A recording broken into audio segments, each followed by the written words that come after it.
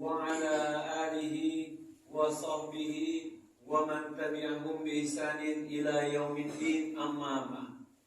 Alhamdulillah, segala puji syukur yang Allah berikan kepada kita ketika Allah tetapkan kita jadi jamaah tetap Masjid Al-Jihad. Ini nikmat Allah Subhanahu wa taala.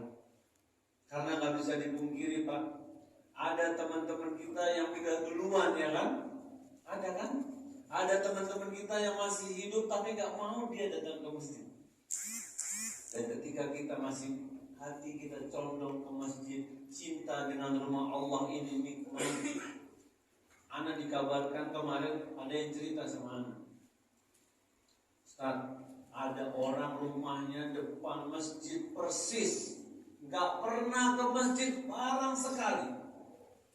Bapak tahu apa yang terjadi? Ketika dia meninggal, satu masjid lagi pergi, Pak, keluar, Pak. Gembokan ini masjid nih.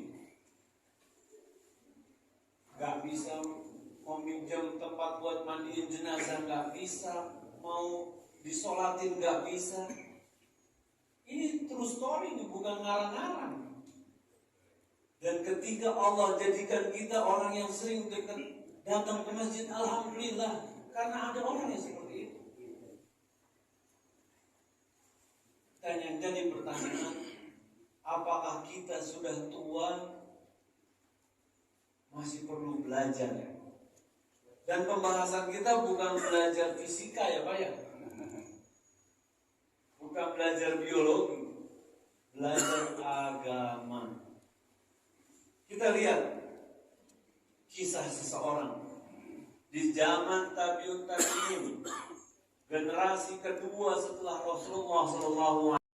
Tiba-tiba mendadak murtad. Nggak ada istilah mendadak murtad. Itu dari satu maksiat ke maksiat lain, dan titik baliknya di situ. Syaitan bukan menggoda kita untuk langsung berbuat yang parah, Pak. Dia ulur kita sedikit demi sedikit. Betapa banyak kisah-kisah ulama yang akhirnya mereka jadi murtad. Bahkan ulama nih, di sini nggak ada ulama termasuk yang bicara, orang biasa semua.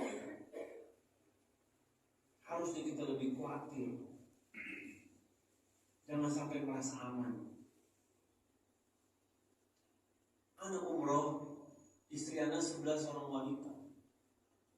Dia tanya sama istri anak, ini satu, jadi anak bimbing ini satu rombongan.